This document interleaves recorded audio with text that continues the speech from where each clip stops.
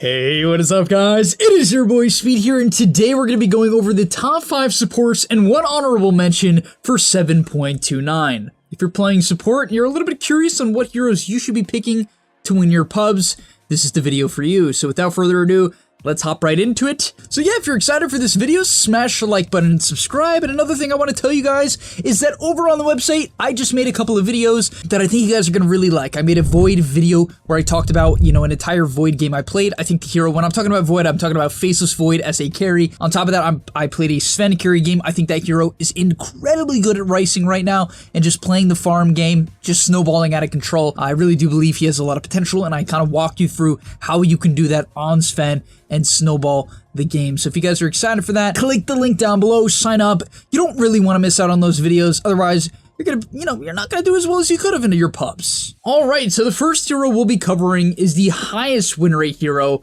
for supports for this patch. More impressively, yes, most impressively, this hero on Dota buff for this week is currently the highest win rate hero in all of Dota.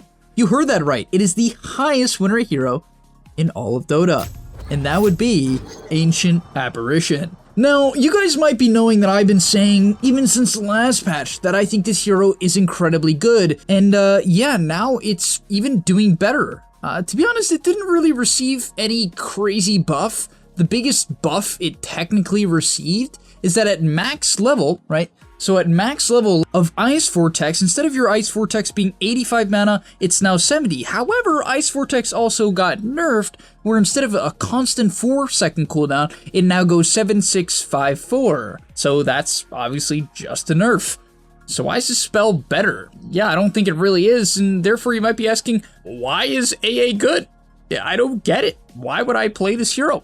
Well, I think it's the nature of heroes that are being picked right now that really enables AA. For instance, I've been seeing a lot more Huskar. I've seen quite a bit more PL.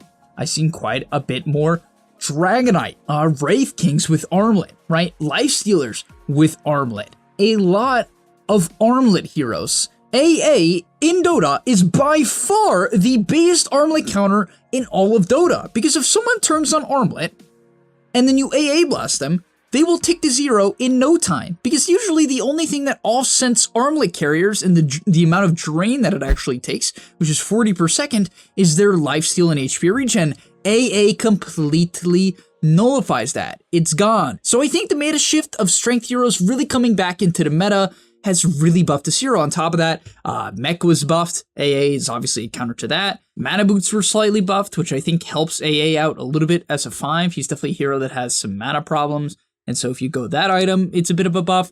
And so all in all, I just feel like AA is in a better spot. And even previous to this patch, I felt like the hero was very good. Next up on the list is DAWNBREAKER. And I know this hero is primarily, from what I've seen, played as a core, but I do not care. This hero, even though it might be considered a core, is one of the best supports in Dota. I cannot stand laning against this hero. I do not understand. At level 2, it has like 8 million disable.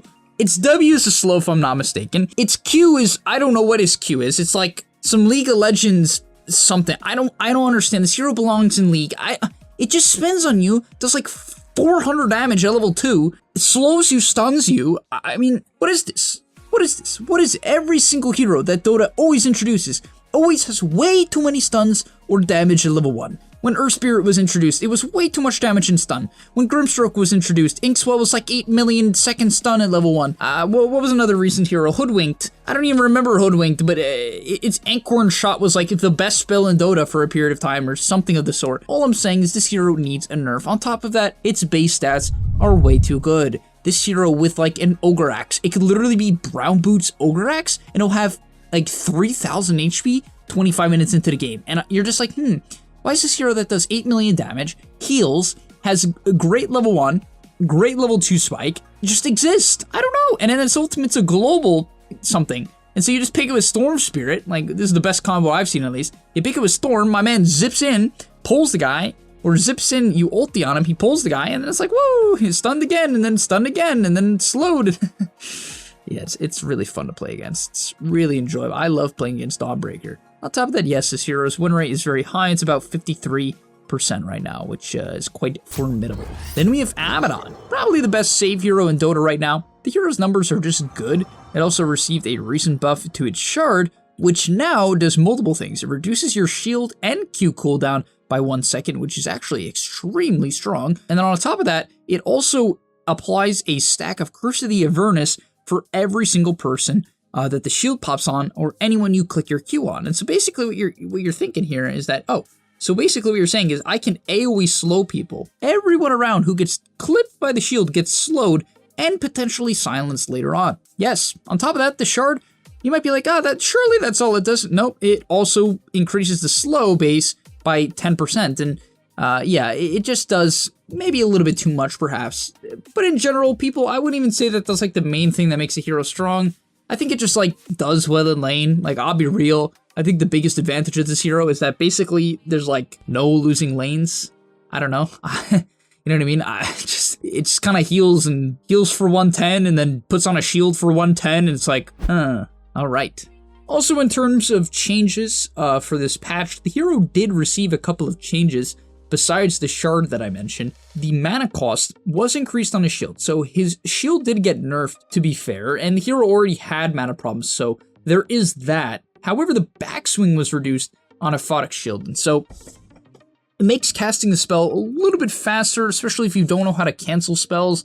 It makes it quite a bit better, and so that is going to increase the overall win rate of the hero, you know, just because the people who don't know how to do that, you know, benefit a lot from this. On top of that, Miss Coil received these same change as well, and yeah, therefore that helps a lot. On top of that, the self-damage of his Q was also changed to a flat 50%, which I actually don't really know what that does. I think it's a buff, but I'm not sure. Next up on the list is Warlock. Yeah, you know, it's really funny. I'm still trying to figure out the meta, exactly what I think the meta is going to be of this patch. It seems to be a lot of like strength heroes, and definitely still a lot of farming. I haven't seen like the pace of the game like completely rapidly speed up, at least in pubs. And one thing I will say is that I'm definitely a fan of Warlock. I think he works really well with a lot of the meta heroes. I think it's an incredibly good lane and game partner.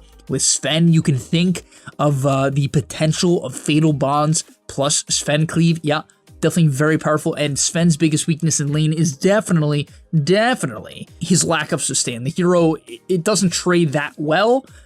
It right-clicks pretty hard and has a stun, it just usually can't sustain the trade, so Warlock obviously solves that issue, and then Fatal Bonds plus the Creep Wave allows you to harass opponents very quickly. You'll be surprised how much it actually does. So I'm a big fan of that combo, and then obviously we have Warlock Spectre. Spectre received a good buff. I think Warlock Lifestealer is quite good. You might be like, Warlock Lifestealer? Why do you need to heal Lifestealer? The hero has built-in heal. It's not that high. The Lifestealer needs heal. The hero is not that sustainable at level 1, level 2, level 3. It's just not. It's sustainable later on, and yeah, it got some changes, some buffs, but still, it needs that early heal. It needs a hero that can just say, okay, I'm going to give you solo XP, and then I'm going to just AFK and pull the entire lane. And that's basically what you do when you pick Warlock. You just heal, sometimes you auto-attack. Actually, the hero's really good at trading. That's kind of one of the funnier things about Warlock. It's really good at 1v1 trading. You know, heroes like Rana, they try to trade with Warlock, it's quite a disaster because he has a built-in heal. Right? Like, you just cannot trade. Even though they have spells, it doesn't really matter. The heal tends to outweigh these spells, especially spells that people don't want to commit on a support. And then, yeah, I think stacking is also really advantageous, and one thing to note about stacking in Warlock is really good at helping people clear stacks. If you get a nice little double stack going, you know, Warlock might be level 3, level 4, and what I think is really nice is, as I said, this is a very sacrificial support, at least early on into the lane. In the lane, you can give them a lot of XP, then you can go stack. Fatal Bonds is good for stacking as well. I think it drags the camp out. And then what's cool about that is you're really good at helping people take stacks as well. I recently played a game with one of my friends, and we did this, and it really allowed us to take very huge stacks. I was playing Spectre at the time, so you can imagine how much AoE damage it actually is. I had a Blade Mail, Dispersion, and then Fatal Bonds, and we were just wiping through, you know, a big stack, and it really was very impressive to me, and I think there's a lot of legitimacy there. And finally, before we get to our honorable mention, we have Grimstroke. This hero is definitely... high MMR players are freaked out about Grimstroke. Now, the hero still has the same problem that it had in the past in pubs, which is it requires teammates. But even though it requires synergy and teammates to a large extent, you know, to make good use of Embrace and Inkswell and even the ulti to a large extent, the hero is now finally a 51% winner hero. GRIMSTROKE for the longest time has been abysmally bad in terms of pub win rate. Horrible. In fact, I've even felt bad for GRIMSTROKE. As much as he was still picked in the pro scene, the hero is now good in pubs, apparently. And you can imagine what that means for him in the pro scene. The hero is definitely getting pick banned quite a lot. So what changed? Alright, let's get into it because it was quite a lot. Soulbind, his ultimate, the latch radius was increased. So now it latches much easier. It was increased by 50 radius, which is a lot. It is a lot. Then, Inkswell was not changed. Phantom's Brace was changed quite significantly. At maxed out level, it now does 40 damage per second. 40 damage per second, that's a really high number. The spell actually does an insane amount of damage. If someone cannot kill it, even at level 1, if someone cannot kill it at level 1, it is an 170 damage nuke. 170 damage at level 1. That assumes it goes off, right? That's the only problem. It doesn't do 120 of the damage unless it actually procs, but you get the point. And then finally, it got a shard change. Now it causes Inkswell to deal 50% more damage and heal the person you put it on for 50% of the damage Inkswell deals, which is pretty strong. And you might be like, I can see why that's good, because on top of that, his level 10 talent was buffed, which is 6-second Inkswell cooldown. It was 4, now it's 6. Inkswell at max is 15. That makes Inkswell one of the most devastating spells in Dota, a 9-second cooldown. Yes, I did the math just for the video. You guys are welcome. You're welcome. North America math is the best math. But yeah, that's not all. It also, when it expires, when Inkswell pops, the target will receive a strong dispel. Yeah, I don't know who came up with this. I don't know why they decided strong dispel and not just dispel. But yeah, your teammate can get ravaged.